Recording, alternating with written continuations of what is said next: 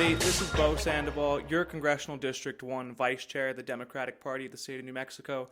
I want to personally thank you so much for tuning into episode 2 of the Keep It Simple, Stupid podcast with our guest, Jacques-Maynes, the chair of the Environmental Justice Caucus. We hope you learn lots. We thank you for joining us. And as always, stay tuned every week on every platform where podcasts are available. We hope to see you for episode 3, and we hope you enjoy episode 2. Thanks for joining. All right. Well, cool. Thank you so much for joining us. My name is Bo Sandoval, the Congressional District 1 Vice Chair of the Democratic Party of the state of New Mexico. I'm joined by Jacques-Maynes, our Environmental Justice Caucus Chair, on our very second episode of the Keep It Simple, Stupid podcast. And I'm so happy to have him on, and I want to welcome him, and hope you all have some exciting insight that you can learn from Chase. And Chase, thanks so much for joining us. I appreciate you for being here. Yeah, Bo, I'm excited. I'm a little nervous. My name is actually Jacques-Maynes, so little hyphenated name there. So I'm really excited for today, and super excited to share some thoughts and talk about the direction of the Democratic Party and see what you got as far as plans for today. Yeah, Jacques-Maynes, that's important. I think, names are super important to me, so I'm glad you corrected me, and we'll make sure that that's accurate also in the title. So thanks so much for joining us. As you know, in this politics podcast, we kind of talk about, the current state, not only on a national level, but a local level as well. But I really just had some interest really in your background, obviously being a chair of such an important caucus of the Democratic Party of New Mexico. I'm curious what kind of your background is that made you interested in politics in the first place. Yes, sir. Well, I never thought that I would get into politics this fast. It was in high school. I grew up in Watsonville, California, and it's a majority Hispanic, sort of migrant farm worker community, and I did environmental justice work there, actually. We had a cigarette waste project that we worked on as I was a sophomore or junior in high school. And I always, I sort of grew this fascination with the world is this big and we have such a big impact on it. The environmental movement really hit me, and how I think about it is this is going to be getting progressively more important as the crisis deepens and as our planet starts to scream more and more. Yeah, certainly. So you said you're from California originally. When did you end up moving to New Mexico? Yeah, so I have been in New Mexico all of my adult life. I moved here directly after high school to start at college at UNM, and so I actually just graduated from UNM, and I love New Mexico. It's an absolutely incredible space and state, and I as soon as I moved, I was actually going to my grandma's house in the North Valley and dredging acequias and corralling the llamas. So definitely got the New Mexico vibe pretty quick, and overall was super drawn to New Mexico for a multitude of reasons. Yeah, UNM's a good school for sure. So happy to have you, even though it's a transplant, but happy to turn you into hopefully a lifelong native New Mexican. It's certainly called the land of enchantment for a reason. I think it ties into a lot of your interest, obviously, as EJC chair, and I think my interest, what I've talked about, because I ran for county commission once in Sandoval County, and really when I talk to folks about my main interest in politics and policy, the main policy area that got me involved from a young age was really the interest in the environment. To me, it seemed like such a nonpartisan issue. To me, you can't debate tax policy, you can't debate abortion policy, gun policy, tariff policy without a habitable planet to live on. So I really appreciate your reverence for environmental justice, and I'm just curious. So you got involved in politics, and obviously within the dynamic of the United States, there's really only two major options to choose from, unless you want to indulge yourself as an independent or a third party who we all know the electoral outcomes and likelihoods of our third party brothers and sisters. But I'm curious, what made you pick the Democratic Party for a place of involvement over the Republican Party, for example? Yeah, I mean, as the only example. Look, the two-party system sucks. No way around it. But that's the system we have, though. And there is no real party that, there is no party like the Republican Party clearly is the worst option as far as environment, health, public safety, all these factors to me really align with my values. And though I have problems with the Democratic Party, I believe Democrats can do a lot better and really take a stand more, be more fighters in this struggle at the moment, in this critical moment in our history. The Democrats are the real only party that has the right values and thoughts around these big issues, and so I am all in about what makes a real change, and so that's why I'm throwing my hat in the ring. Yeah, that certainly makes sense, and I think that's a lot of what folks hear as far as, especially within some of those specific areas of environmental engagement. And I guess just to kind of delve that out further, are there any, because we all know the negativities. I mean, we've all seen, even from cuts to basic social safety nets, the rampant inability to even fund some of our most basic services, and then the cuts that we have, and then replacing people and getting confused even in the Forest Service from the administration. We see a lot of the negativities of the Republican Party, and I'm curious, maybe just exiting 24, kind of still reconciling with this loss in the presidential. Do you think that we have, as a Democratic Party, a positive slate that we can present to people, as opposed to, and which is a fair case, the negativities of the GOP and the Republican, but do we have what we would feel is, instead of picking the best of two, or the best of two options, or rather the worst of two evils, can we have a capacity to pick the best of two options and make our party the best? Are there any positives that we can work towards for that? Or? I mean, we have a great platform. We believe in all the right things, but we don't have the vision and the leadership to back it up, and we really need to get stronger in the execution and showing the vision, the bright vision for a bright future that most Democrats have.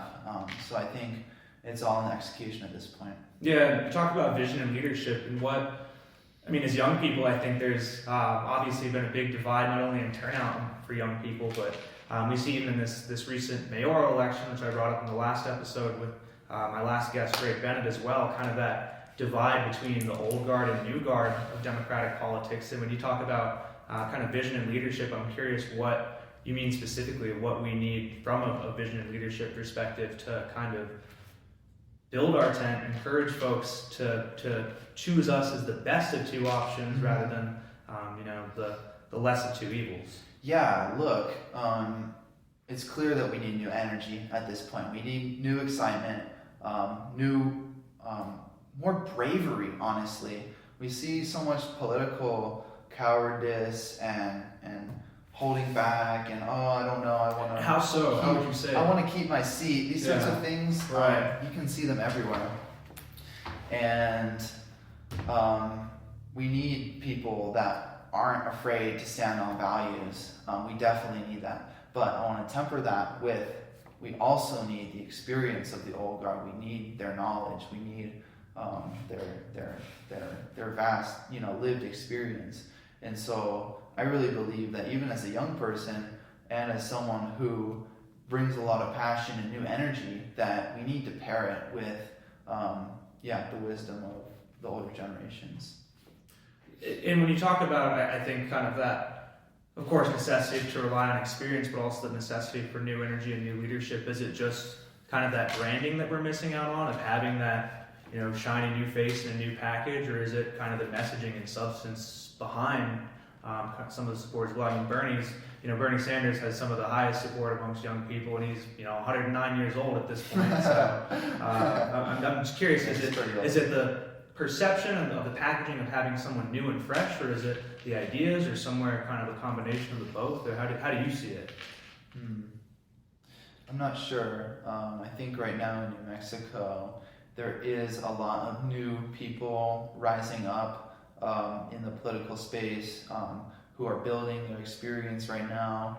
like you with running for a county commission. I think of different young people I know who are actively taking the lead in their communities, thinking about running for office and starting to advocate in their state legislature, the city council, these sorts of things.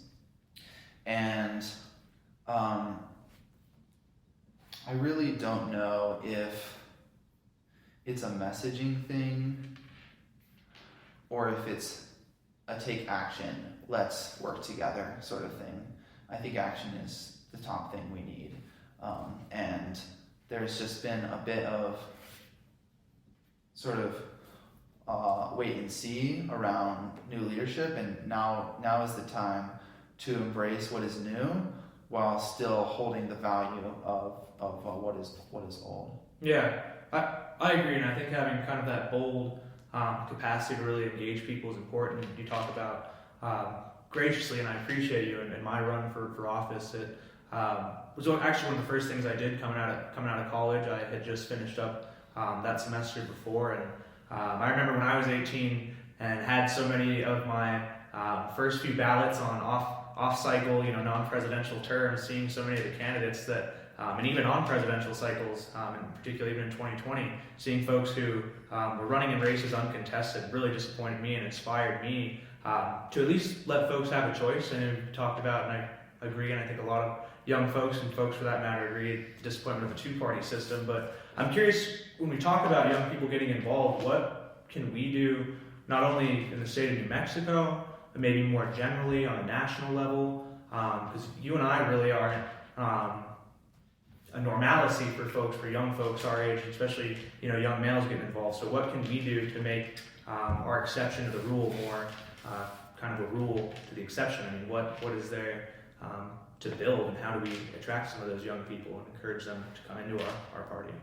Yeah, I mean, we need to build real value, and then we need to ask them to come and join and show this is critical right now, right here. This is the critical time to get involved. If not, Trumpism and the fascism that a lot of people are noticing surrounding it is going to take over our country. And that gets a lot of people's attention. I think it's scary. It's really scary, but we need to hit home that there is no, I'm sorry you want to sit out. Like, we need everyone to stand up, and we need to be motivators as well. We need to ask people, will you get involved? Will you join? So those are some of my thoughts. You talk about kind of starting with the position of real value. What does that look like? And I don't mean to keep pushing back, but I guess in kind of some of my media spaces and some of the conversations I hear from people is, yes, fascism is entirely bad. We can agree that fascism is nowhere near the intent of what our country, or the promise of our country can be. And to me, that paints kind of some of that negative vision of course we shouldn't support, or the implication that we shouldn't support the opposing party. But you talk about real value. What specifically or tangibly does that real value look like in a way that is attractive to young people who don't turn out to vote or get engaged at all? How do we? Yeah, it's community. That? It's community events. It's knocking on doors. It's putting in the work and really building community. I think community is a central component of demonstrating real value. And if the Democrats aren't able to go into some of the communities that they have historically not been involved in and really show up and represent and show that we're listening, then we're not going to be able to connect as much with young people. And it helps to have young people like us that really care and are able to champion the message and speak the language, as it were. But at the end of the day, like, it's all hands on deck. We need everyone's effort in community events, volunteering, and also an interesting thing in a Democratic primary campaign. I'm gonna highlight this because I have some campaign experience. When you cut the list, right? When they cut the list, you pick the people who are most likely to vote, and those are the doors that the candidate knocks on. But so you wonder, so young people wonder, why am I never getting contacted? It's because your data has been stripped from the search. Why? And these are the people. So it's no wonder that they're not really in the conversation. It's because our methods are not built towards driving the engine as well and securing the future. So with building new support, not just tapping into the support we already have. Yeah. So we need to shift our message. We need to build our base stronger, and we need to build our infrastructure as well. And I see some groups like the Bernalillo County Democrats doing that well. Yeah, and I think that is such a good point. I mean, as somebody who, I'd love to hear more about your campaign experience and background as well, but at least speaking from my own experience in running the campaign, to your point, when the folks who are helping to produce those lists of doors for you to hit, and even phones to call, they're producing lists of folks who have voted Democrat, who usually turn out to vote Democrat, and a lot of times, based on the district, based on the numbers, that's appropriate. But a lot of times, when we're losing coalitional support amongst young people, amongst even some of our rural communities, our Hispanic communities, I mean, so many people that used to be strong supporters of Democrats, and we're losing that support. It's a wonder that this strategy, we still continue to rely on it, if only speaking to people who will turn out to support us. So I couldn't agree with you more. So what campaign experience were you most predominantly involved with? Yeah, I worked with Senator O'Neill before he passed during his primary campaign in the North Valley. I have some experience knocking doors in the Northeast Heights and the west side of Albuquerque, and that's mainly during the 2024 cycle. And then I was helping from a virtual capacity for the general election in 2024 when I was studying abroad in Mexico. Oh, nice. Yeah. That's awesome. One of the things I really wish I would have made happen in my undergraduate experience was traveling abroad. But especially, so you really know, especially working in some of those local, for one of the state senators, that's really where you get, in the trenches and do the block and you do the tackle, and that's where the grassroots work starts. And I don't want to push back, but I'm just curious, at least in my first few experiences, getting out to volunteer, use your own time, as young people, and we're trying to figure out, getting out of college, trying to figure out what we're going to do for housing, for a job, what our lives are going to look like. I think one of the biggest downfalls really in our capacity to organize is our limited amount of time that we have.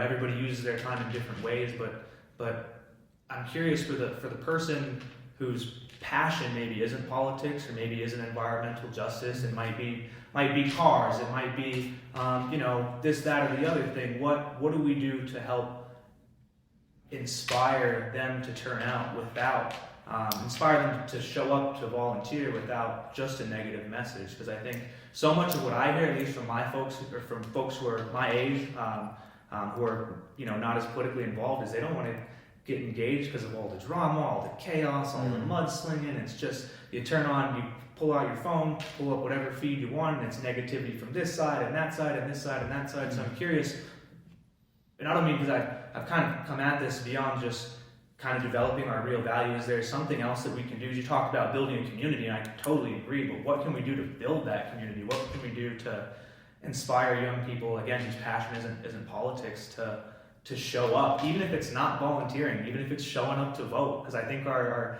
voter turnout for folks under 35, if I'm not mistaken, was under 40% here in the state of New Mexico. So it's, what do we do at least for that, single action? Do you have, and I know that's $1 million question. If we had it, maybe we wouldn't even be in this situation right now. But what ideas do you have to contribute, I guess, for really that positive support? Yeah, so what I'm hearing you asking is, how do we build voter turnout and the volunteer crew that we need from young people? Yeah. Is that right? Yeah. Yeah. So it goes back to that message that we need to develop a message that resonates, and we need to highlight the urgency. I know you mentioned that not everyone has all the time in the world, but people have some time, and if you demonstrate to them that it's important, that this matters at this moment, then they will, they're down to, most people are down to fight for a better state and a better country and better social services and all these things. It's not just, young people, we don't have the money to pay them, but we can actually get volunteers from young people.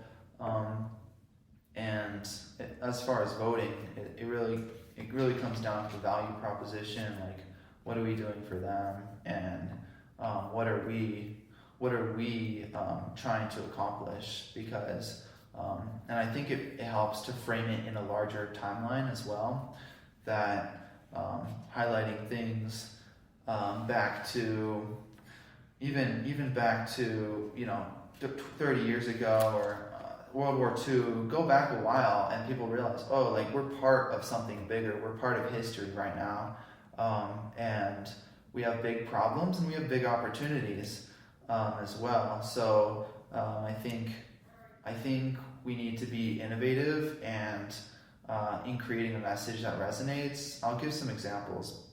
AI, it's a new technology, pretty popular. Oh yeah. So you and I both know as former undergrad students, and students not that long ago. Yeah, and no one's really there's a big fear, what are we gonna do? But we need, I think, as far as AI goes, I think we need, if we are going to understand it better and understand how it works in our lives and in our society, we need to be educated on it. Everyone does. And so I believe a strong AI education program in the state of New Mexico is in order.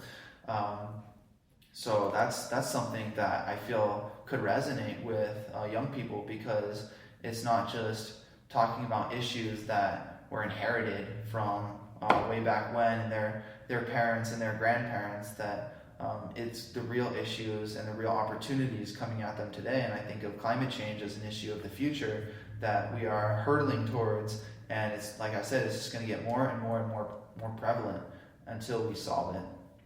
Yeah, and I love the full circle of connecting kind of back to that environmental justice. I want to make sure I don't lose focus of really your capacity as EJC chair. Kind of touching on that,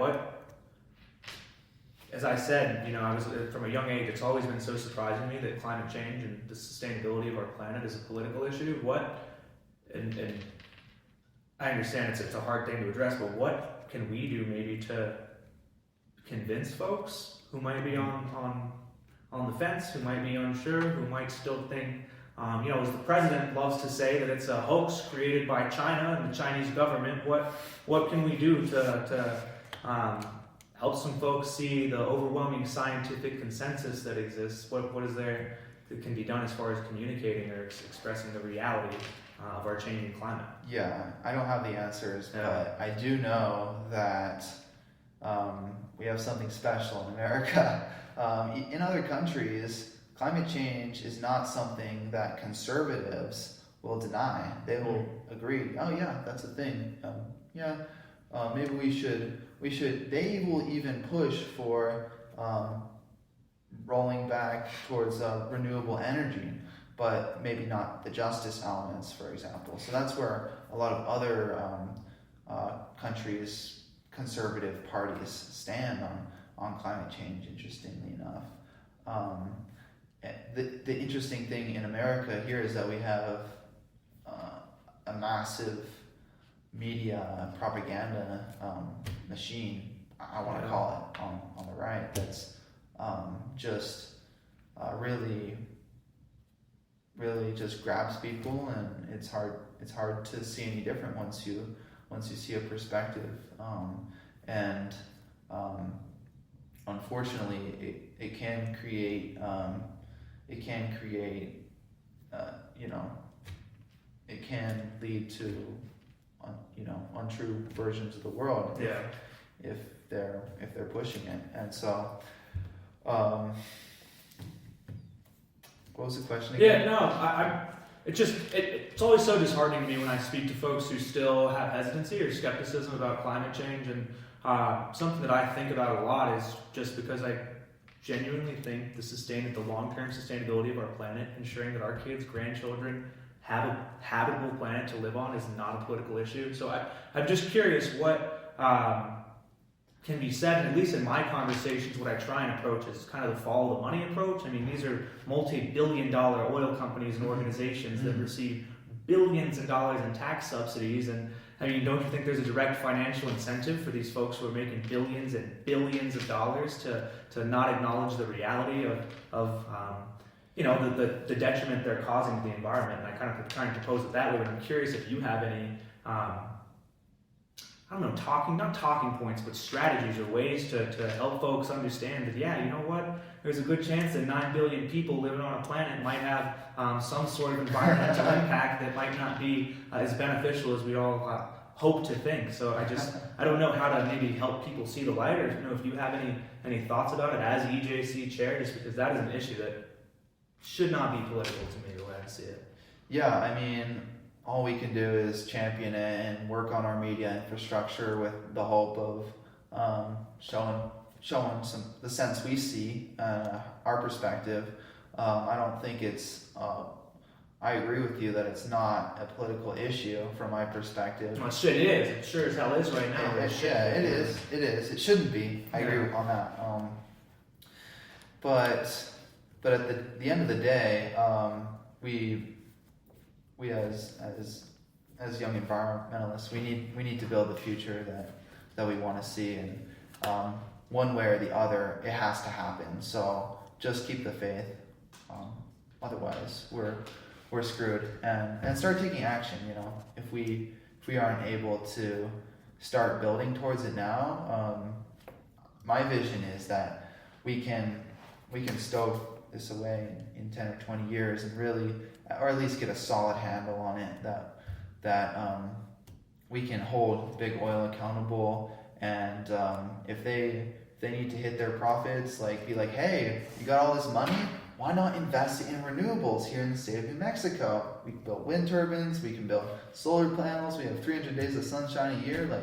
They got all the money, we got the solution, we just need to work to find the I hate to say it because they are, destroying the planet, but as a sort of political person, the way I see it is, if we can make everyone happy and find a solution, then let's be solutions oriented and orient towards that. Yeah, I think that's important. I think overcoming the greed of the fossil fuel industry is so challenging, and I to your point, it's so disheartening to me that there are capacities for other energy sources, that these folks could still reap millions and billions of dollars in profit providing us energy that doesn't destroy the earth, but it's not as affordable, it's not as developed. Why would you take the risk to invest in that when you have something like oil that you can use forever, the way these billionaires who are so out of touch often think and often function. They know that it's running out. But, they say it's not going to run out. I'm sure they have a transition strategy, but they know they can run it for another, 5 or 10 years or 15 years, or they probably have all their graphs and stuff. They'll burn the fuse right as close to the end of the wick as they can. Yeah, so and that's the disappointing part, because who suffers? People on the planet. Yeah. No, exactly right. These are the folks who have the privilege, have the resources to be able to not be in these places like Texas that are seeing unprecedented flooding, 140 some people missing right now. Just over here in Ruidoso, yesterday, last night, 3 folks missing over there. We don't know how many folks are confirmed passed away, and that, to me, when we're seeing these extreme, irregular environmental occurrences that are taking lives, that are costing billions of dollars, millions of dollars on the back end for the infrastructure recovery, for the entire rescue effort, the medical care that gets put in. It's amazing that we're not putting in the investment on the front end to save some of this money on the back end and invest in our communities, and instead seeing people die. And let me give you a cool statistic that if we don't tackle the climate change now, the climate crisis will cost us 33% in GDP in something like the next X years. I want to say 10 to 20 or 30 or something like that. Mm. And that's just, I mean, that can be a message that resonates. Like, this will have real impacts on our productivity and our health and our ability to function well as a society. Yeah, our way of life. So it'll be less expensive to tackle it now than it would be to tackle it later when it's the climate disasters are more extreme, and you see more extreme climate events happening. I think it's something that I think I forget who brought up the first point about this, but I think it's profound if you connect it and understand climate change in a long-term sense is not only an environmental issue that threatens our way of life and our very how we orient with our environment, but it's also a national security crisis. I mean, as countries around the world who are already underdeveloped and don't experience some of the privileges we do here to be able to combat some of the climate occurrences with ubiquitous access to AC, ubiquitous access to heating, other such means of climate control. As droughts continue to exacerbate and folks have their land that they've farmed on for generations be, unfarmable and unusable, those folks are going to have to move somewhere. And we see these migrant crises now already occurring around the world with countries that aren't, adequately providing for the basic needs of their citizens. It's so absurd that the reality of climate change from a national security perspective, having people totally abandon their countries just for the necessity to survive, I think is part of the conversation that's really under discussed. And I think it's something that we need to make sure people understand, is it really should not be a political issue, is my strong belief on it. Yeah, and I really see it as well from like the humanitarian perspective, that it's true, like, yeah, our world is going to be more stable and secure with a more stable and secure planet, and a lot of people are going to suffer a lot worse than the people here in the States. I think from my research, the main impact in the world will be India's monsoon cycle changing, because that would, from what I understand, if it reaches a tipping point, then their farming could be severely impacted, leading to mass starvation. So that's like the big picture fear, and similar things happening in different parts of the world. So I really feel that in a way it's not for us. It's for all those people who will be hurting and dying at a much larger scale. Yeah, and I think India, please don't quote me on this, but I believe their population sits right around 1 billion. We got 1.4, yeah, 1.5. right. So 1.45 billion. Yeah. That's a lot of folks. I mean, we have the privilege of within our country, our large country, only having 330 million people. Their country has 1.4 billion, and with the threats to their monsoon and how that could affect agriculture down the line, it would be you'd be remiss not to consider or think about the downstream consequences of not having the water to grow the crops to feed billion and a half people basically in India, and how that could lead to a national security crisis, not only from people fighting literally over water and literally over natural resources, but also from an evacuee standpoint of people being forced out of their countries and being forced out of their lands to find places that are habitable as the climate crisis cascades and escalates. That's true. And I think, for example, Donald Trump and conservative, the vision that they have is, well, this crisis is coming anyway. So even if they sort of deny the climate crisis, they sort of feel what's happening, and their answer is, let's build a wall. Let's block the rest of the world out. Let's just stay out. We're America. But I don't think that's what America is. I think America is reaching out a hand and saying, we're here to help. and you don't have to take my hand because, big history of colonialism and stuff like that, but we want to provide and share the wealth, as it were, share the resources and the privilege that we have here in this country. Yeah. And I think as a global leader, it is our responsibility to take the lead on a global crisis like climate change. Yeah. And so it's just absolutely devastating to me to see how we are not rising to the occasion in this moment. Yeah, that's one of the most frustrating counter arguments I hear from conservatives is it's like they almost acknowledge that climate change is real, but they go, well, if we do something about climate change, what about China? What about India? What about all the other, countries that are carbon emitters? So it's almost this facade to acknowledge that it's an issue, but if we were to do something about it, that it doesn't, would be an overall wouldn't create a net difference because of how much carbon is released by other developed countries. But if you have something to say about it, go ahead. I have so much thought about it, and love to hear what you have to say about it.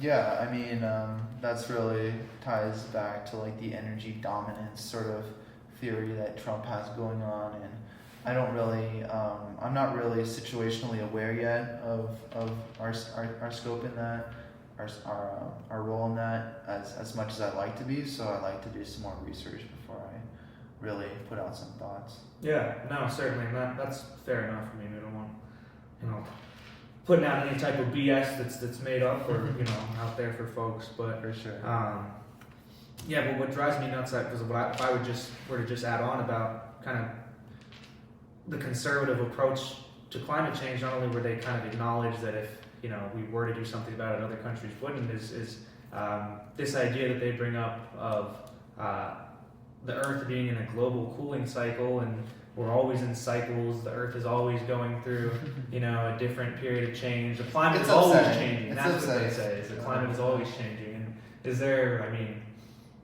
From an outsider's perspective, is there any truth to that? Is there any truth that we can see that while the Earth does go through changes, not in such an escalatory way in such a short period of time that we're going through now, or is there?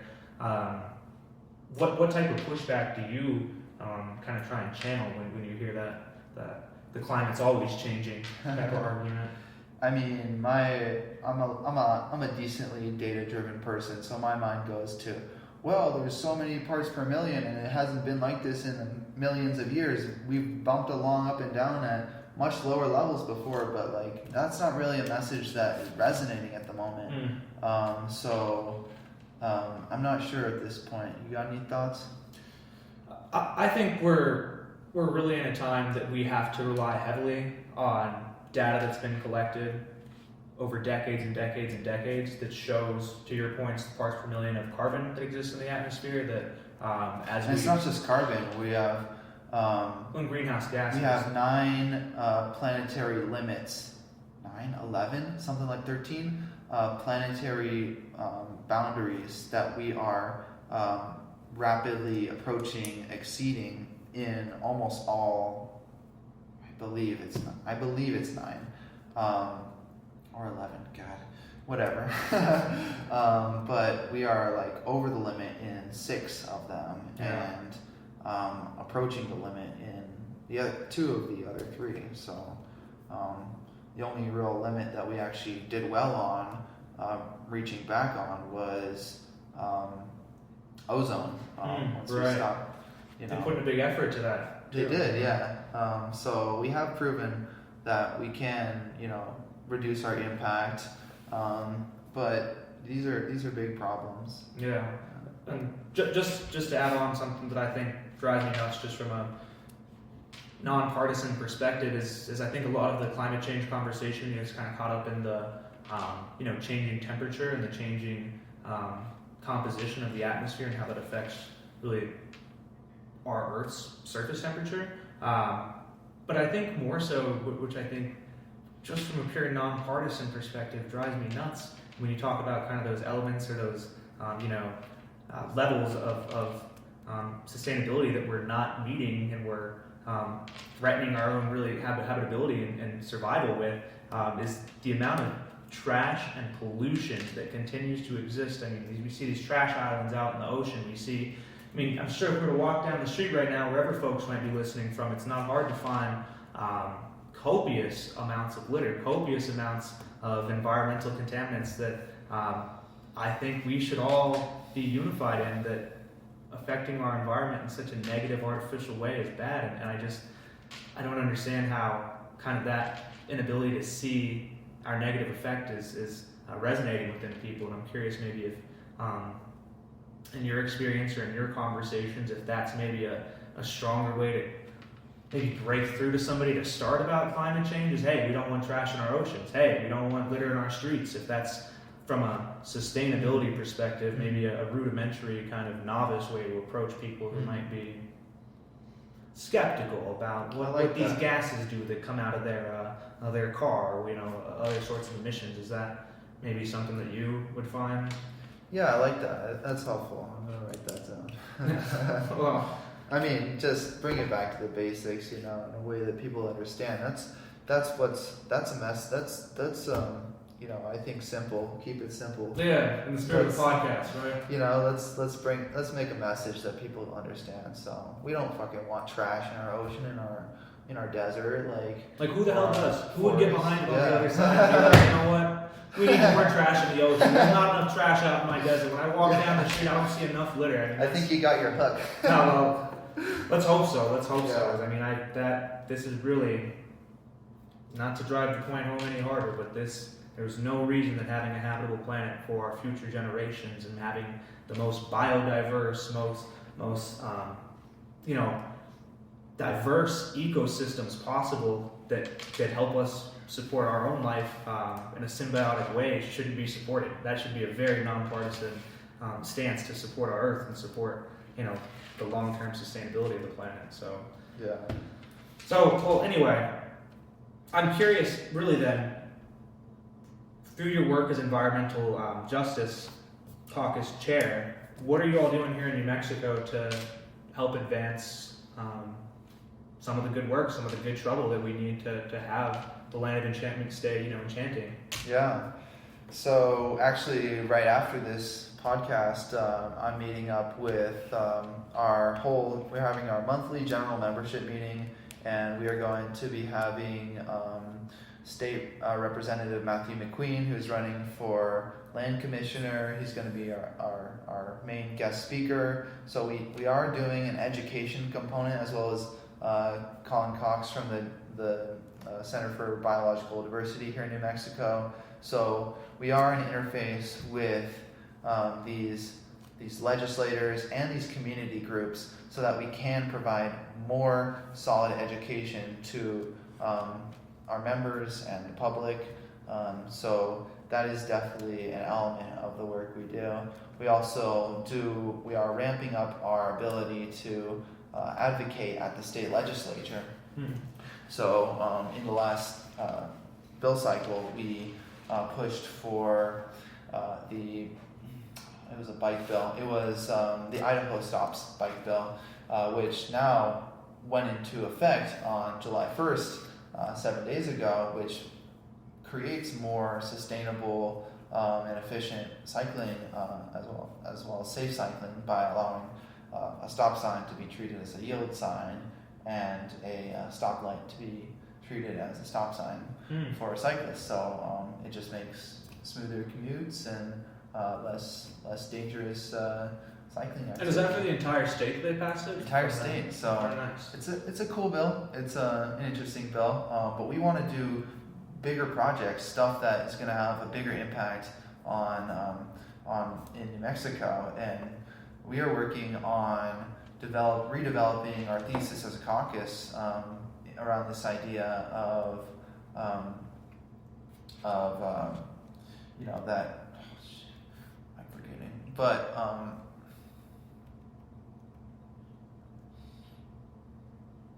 yeah. So we are looking at public power as sort of a new thesis for our caucus.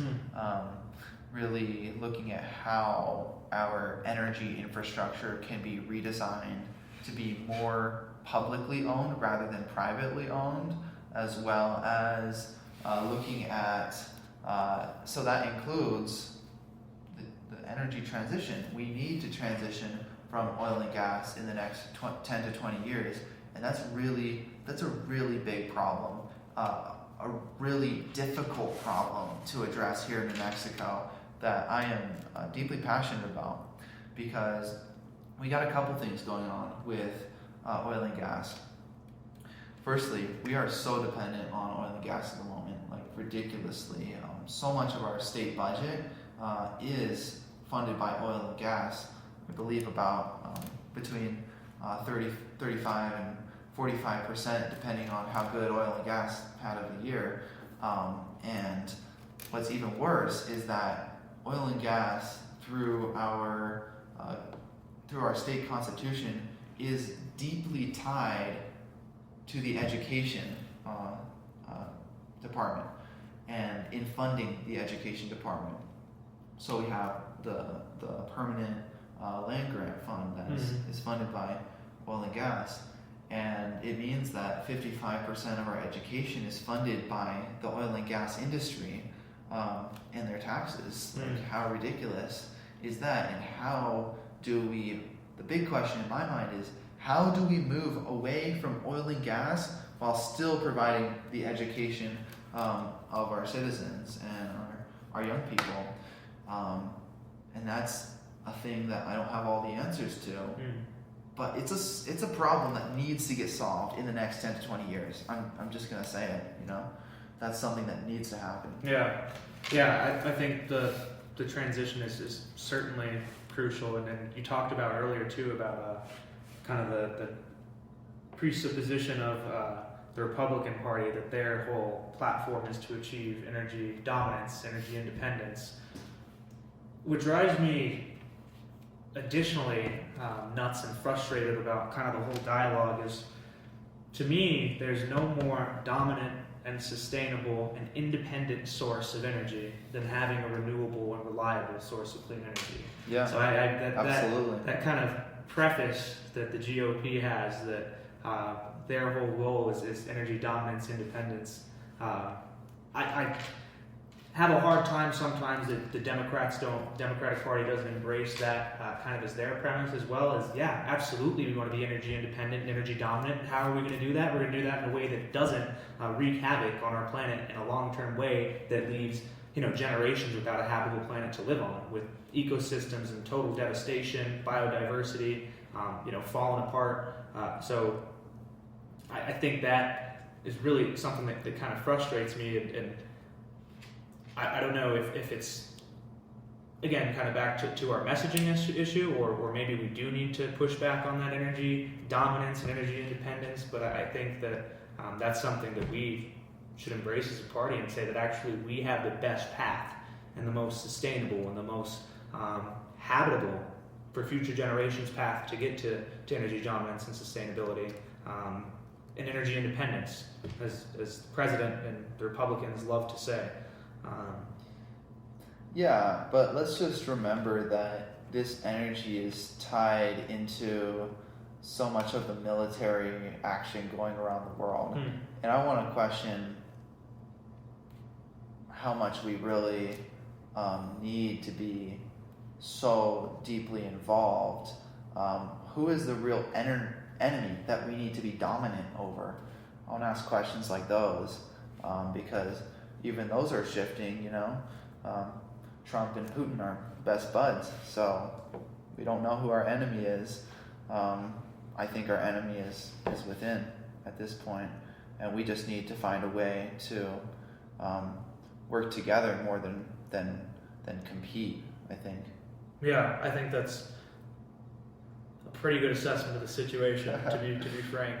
I think there's so much we're kind of losing sight on, and I think it's a complex conversation, but it shouldn't be as far as sustainability. We talked about how oil and gas funds some of the public services here, but there has to be a more sustainable way, a more beneficial way to achieve our energy needs. Absolutely. And New not Mexico, investing around the world in wars and sending energy elsewhere that we don't need to spend resources or energy on. I have a vision that New Mexico's renewable energy resources can energize not just all of New Mexico, but have surplus for other states, that we are going to reach that sustainability and that independence more easily, because we have such good potential for solar here. We have such good potential for geothermal here. We have such good potential for wind here. And geothermal is the one that hardly gets talked about. Absolutely. And all of those, to your point, New Mexico could be the home for all of those sources of power. And I don't know what people are so afraid of. Let's dig our hands in and get to work on, having some public energy and do this thing really. Mm-hmm. Yeah. No, I couldn't agree more. I think it's something that we need to make sure that we're talking about in a way that is digestible, is simple for folks to understand, so that they can understand the stakes and really the interest they should have in their own environment and their own planet, and making sure that not to nail this point home any harder, but I think it's at least, whether you want to have kids or not, it's the human interest, at least I would hope it is, that we want to leave the planet as habitable, if not more habitable, for future generations. And we're on a track to and we are really every year leaving the planet less and less habitable. So there's a way that we need to figure out how to keep things simple and make sure that people are engaged, are interested, are activated to support what should be such a nonpartisan issue as maintaining the well-being of God's green earth, as I like to say it to so many folks, to our brothers and sisters on the right. So yeah, Chase, I appreciate you very much for sitting down with us to do this second episode of the Keep It Simple Stupid podcast.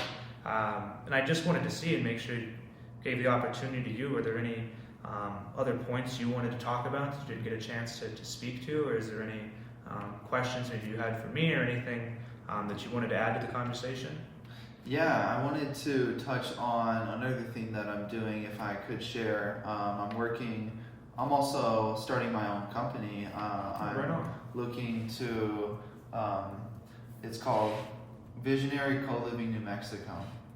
And this is an affordable housing company. So the goal is to acquire single-family homes and convert them into 5, 6, 7 bedroom homes, where the common spaces are shared and the rooms are rented out. And so this is my way, because housing is truly another of the crises happening in our country at the moment. And so I really believe that we need solutions to the housing crisis, and I'm willing to get in at the ground level as well, investing my own money in these projects to provide more affordable and sustainable housing. So I think all these big topics that we are working on, that our state legislators are working on, that our Albuquerque city councilors are working on, all the public servants and staff in these organizations and government are really passionate about. I think Dems are working to find solutions to those, and I'm certainly right there along with it if I can. Yeah, how do people find out more if they want to get involved with Visionary Co-Living? Is that what you... Visionary Co-Living New Mexico. New Mexico, nothing yet, but just a project that I'm passionate to get started as well, because one thing we had talked about young people getting involved in politics. Really, to truly get involved, we need an independent source of income. You need. I had someone awesome said this to me. You either need to be rich, retired, or scrappy. Mm-hmm. And so I'm ready to be scrappy and work to improve, the situation on the ground, as well as prepare myself financially to be able to take on the burdens of a political career. And so I think young people should be thinking about how they will start either a sort of dual career and find success in that, or start their own business. I think those are some of the options for people that are serious about getting involved in politics. Yeah, no, certainly, and I think I like that. Rich, retired, or scrappy. I think that's a good way to look at it. And is also a very realistic way to look at the folks who often get so involved. I think right now as young people is a critical time for us to kind of develop our professional skills and capacity, whether it lead to engagement in the political field or public office down the road, or to your point of developing something that we as young people can be proud of, we as young people can call our own, and hopefully through that be able to afford the ever-increasing costs of living. And to your point, when you talk about visionary co-living New Mexico, is being able to afford a housing situation, being able to afford rent, being able to just the very basic needs of put a roof over your head, I think is so critical, and something that I think young people are fearful of and struggling, and especially in this current environment. Something that I talk about that we don't have to get into is you and I are the first generation of Americans who will experience a declining life expectancy. Every other generation before this in American history, the preceding or rather the following generation always was expected or slated to have a higher life expectancy than that before them. We are the first generation that is expected and slated to have a decline in the average life expectancy of folks. So it just speaks to, I think, many of the issues in health and that challenge young folks to want to get involved in as they're so busy kind of trying to navigate the rest of their world. So Chase, thanks so much for joining us again. My pleasure. Where can folks find out more about you if they want to get in touch with the Environmental Justice Caucus or want to get more involved with you directly? How can they get in touch with you, find out more? Is there a website, social media, or something they can? Absolutely. So if you want to get involved, you can go to ejcaucus.dpnm. .com or something like that. It's the Environmental Justice Caucus webpage, and there you can sign up for our newsletter and become a member. And this is a great way to get involved and be educated about things going on here in New Mexico, environmentally justice related. If you'd like to follow me personally, my Instagram is my name, Jacques-Maynes. So look me up and shoot me a follow. I appreciate it. Yeah, great. Want to make sure that I have plugs, and I'm sure hopefully there's at least one person out there who might be interested and want to get involved, or might have a friend or a family member who is in the New Mexico area and wants to express their passion for environmental justice. So thanks for making that plug. And yeah, Chase, thanks so much for joining us on the second episode of the Keep It Simple Stupid podcast. Again, I'm Bo Sandoval, CD1 Vice Chair of the Democratic Party of the state of New Mexico, and thanks again to our guests, Jacques-Maynes, the Environmental Justice Caucus Chair of the Democratic Party of the state of New Mexico. Thanks for joining us. Sweet. Thanks, Bo. Yeah, absolutely. Good stuff. Everybody, this is Bo Sandoval again. Thank you so much for watching this whole episode, episode 2 of the Keep It Simple Stupid podcast, where our whole goal is to make sure we're talking about politics and policy in a simple, digestible, and entertaining way. We hope you enjoyed this episode. Please consider leaving us a like, a comment, share this video with your friends and family. Please tune in to next week for episode 3. Thanks for joining. Hey, before you leave, just wanted to personally invite you onto the Share Our Story series of the podcast. Every other week, we're going to be hosting someone from our community to hear a bit more about their personal story. You can see some of the details on your screen right now. If you're interested in joining, we would love to have you on the podcast. Sign up at that QR code there or right down below at the link. I'd be thrilled to have you and hope to see you soon. Thanks for listening.